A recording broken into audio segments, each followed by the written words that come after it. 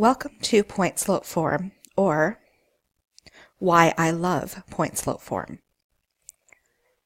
The point slope form of a linear equation is y minus y1 equals m times x minus x1, where m is your slope and x1, y1 is any point on the line. Some examples of point slope form: y minus 8 equals 1/2 times x minus 3. Here, the slope is 1/2, and the coordinate that the line passes through is 3, 8.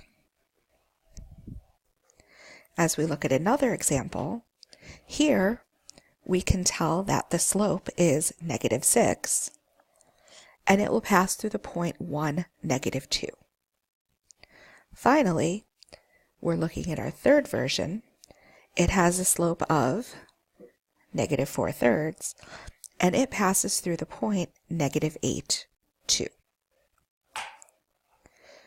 So these are just to give you some familiarity of what a point slope form equation will look like. Interpreting those equations will come with practice. So here is an example of where point slope form is most likely the better form to use. When we're asked to write the equation in slope-intercept form, there is only one point that will work, and that point is the y-intercept. So we would be asked to start with our y equals mx plus b, substitute your slope, and in order to find b, we would substitute our x and our y, simplify, and solve our equation. But we're not done. We still need a legal equation, and that legal equation is y equals 2x plus 11. As we look at point slope form, any point will work. So we'll start with our template. I will substitute my slope. I will substitute the x1, substitute the y1, and we're pretty much done. You may be expected to simplify the subtract and negative. This also works when the problems are not so pretty, when you have a slope that is a fraction, for instance. So I will substitute my slope, substitute my x and my y, complete my algebra to get that my b, or my y-intercept, is 13/2, but I still need to summarize in an equation, a linear equation, y equals 1/2 x plus 13/2. Point slope form, again, same problem. Substitute your slope, your x1 and your y1, and then simplify. A key point to note here is that both of these equations represent the same exact line. It's just written in a little bit of a different way. So, a standard problem that you might come across: write the equation of the line that passes through 2 points. In this case, -4, -5, and 1, 2. I will start in point slope form, but we're not given the slope.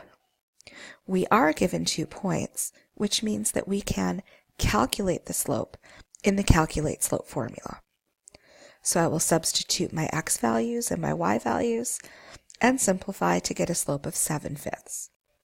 So my equation will have a slope of 7/5. In this case, I'm choosing to use the point that I like better, which is the 1, 2. So my equation y minus 2 equals 7/5 x minus 1.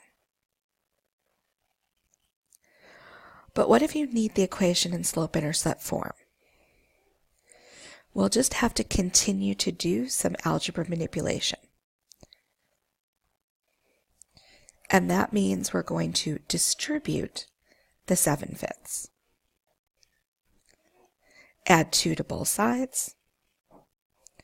Y equals 7/5 x plus 3/5.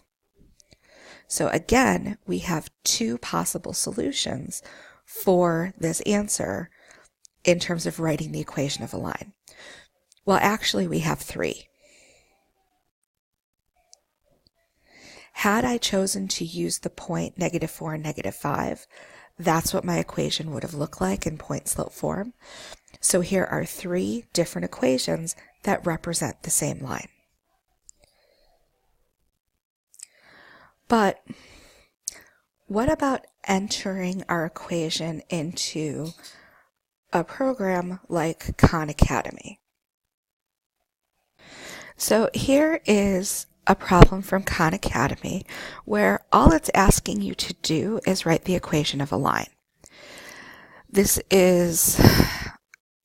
particular problem requires you to know that the slope of lines that are parallel are the same.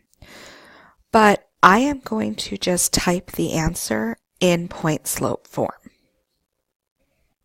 So the problem does not tell me how I need to write my equation. I just need to have a legal equation. So when we check, it turns out that I am correct, even though as I look at my hints, it's expecting it in slope-intercept form. It was not required that I write it in slope-intercept form. In fact, it encourages you to start in point-slope form. But Khan Academy will accept the point-slope form, which is beneficial and will require less work.